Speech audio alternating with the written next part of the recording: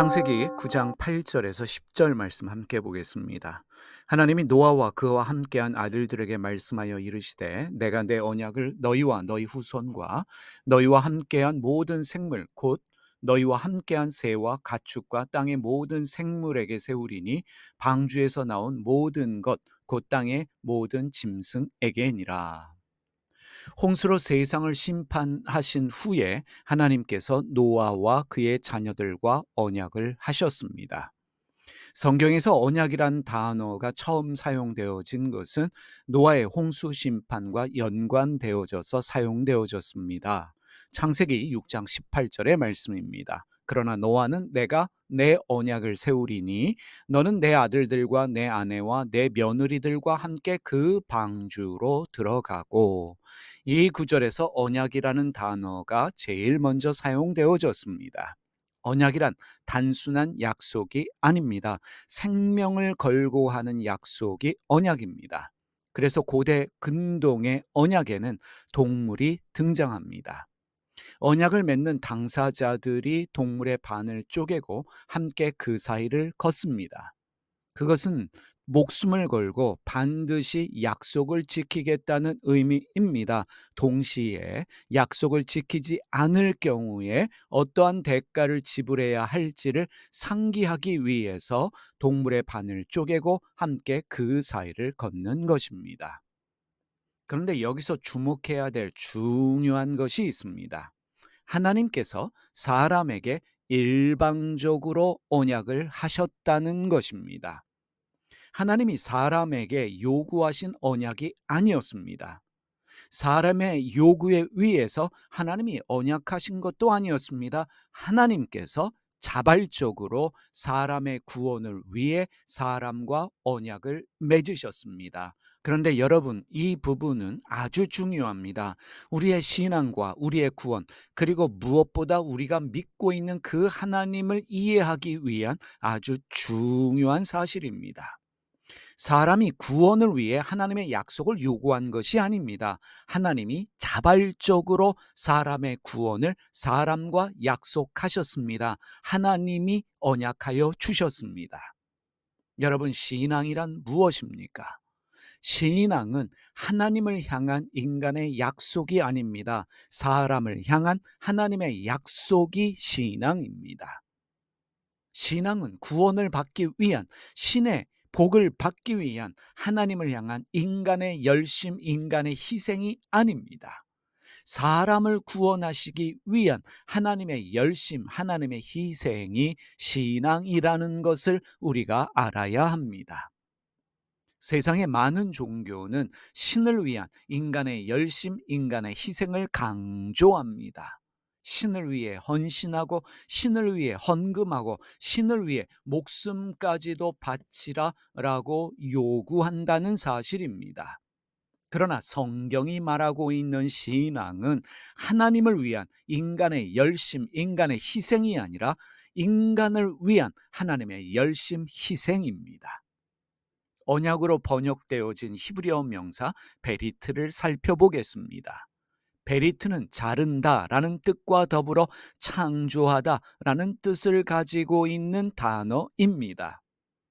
베리트는 자기 희생을 통한 새로운 창조를 말합니다. 이것이 언약입니다. 이것이 하나님의 언약입니다. 하나님은 자기 희생을 통해 사람을 구원하시고 사람을 새롭게 창조하십니다. 우리는 하나님의 자기 희생 때문에 구원을 받습니다. 새 사람으로 창조되는 것입니다. 구원은 사람의 노력, 사람의 희생이 아니라 하나님의 노력, 하나님의 열심으로, 하나님의 희생으로 사람에게 주어지는 선물입니다.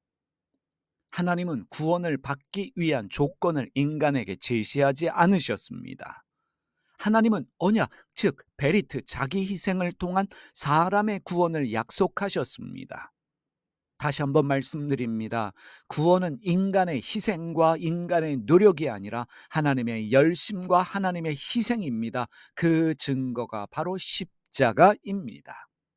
십자가는 우리에게 희생과 헌신을 요구하고 있지 않습니다. 십자가는 우리를 위한, 인간을 위한 하나님의 희생과 헌신 그리고 사랑을 보여주고 있습니다. 우리는 십자가를 바라볼 때마다 사람을 위하시는, 인간을 위하시는 하나님의 희생과 헌신 그리고 사랑을 깨달을 수 있어야 합니다. 이렇게 정의할 수 있습니다. 구원은 사람의 희생과 노력으로 인한 결과 또는 성과물이 아니라 하나님의 열심과 희생으로, 하나님의 일하심으로 사람에게 주시는 은혜의 선물이라는 것입니다. 에베소서 2장 8절 말씀을 공동 번역으로 보겠습니다. 여러분이 구원을 받은 것은 하느님의 은총을 입고 그리스도를 믿어서 된 것이지 여러분 자신의 힘으로 된 것이 아닙니다. 이 구원이야말로 하느님께서 주신 선물입니다. 부모는 자녀의 행복을 위해 최선을 다하며 자신을 희생합니다. 부모를 위해 자녀의 열심과 희생을 강요하는 부모라면 좋은 부모라고 말할 수 없습니다. 하나님께서 우리 부모보다 못하실까요? 아닙니다. 우리 하나님은 자신의 형상으로 창조된 인간을 위해 최선을 다하실 뿐만 아니라 사람의 행복을 위해 일하시고 자신을 희생하십니다. 그럼에도 불구하고 하나님을 위한 인간의 열심과 희생을 강요받는 종교 생활하고 있는 분들이 계십니다. 그 이유가 무엇일까요? 종교단체가 확장하거나 부흥하려면 인간의 열심과 인간의 희생이 있어야 합니다. 이것을 알고 있는 종교 지도자들이 자신들이 믿고 있는 신을 왜곡하여 가르치는 경우가 있습니다. 하느님을 그렇게 가르치고 있는 종교 지도자들이 있습니다. 그래서 신을 위해 자신을 헌신하거나 희생하지 않으면 인간을 저주하는 신으로 가르치고 신이 주는 복과 구원을 받기 위해서 더 헌금하라고 더 헌신하고 강요하는 종교 지도자들이 있습니다. 그런 종교 지도자들의 가르침과 말을 믿으면서 종교 생활하는 분들이 있습니다.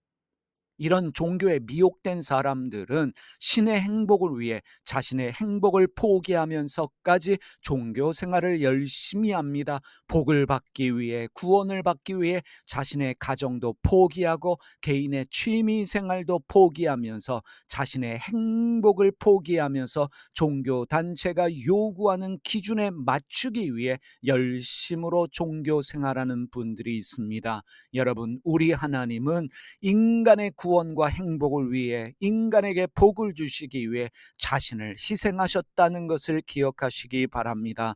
그분은 자신을 희생함으로 말미암아 우리를 구원하시는 좋으신 하나님이십니다. 기도하겠습니다. 우리를 위해 자신을 희생하신 하나님, 그 하나님의 희생을 깨닫게 하여 주시옵소서. 사람에게 언약을 요구하신 것이 아니라 사람에게 일방적으로 언약하심으로 말미암아 자신을 희생하심으로 인간을 구원하신 하나님, 그 하나님의 일하심과 희생을 깨닫게 하여 주시고 우리를 위해서 일하시는 하나님의 사랑을 깨달아 행복한 신앙생활하는 저희 모두가 되게 하여 주시옵소서. 하나님의 희생 열심 때문에 우리가 구원을 받고 복을 받음을 믿습니다. 오늘도 그 하나님을 묵상하며 행복하게 사는 날이 되게 하여 주시옵소서. 예수님의 이름으로 기도드립니다. 아멘.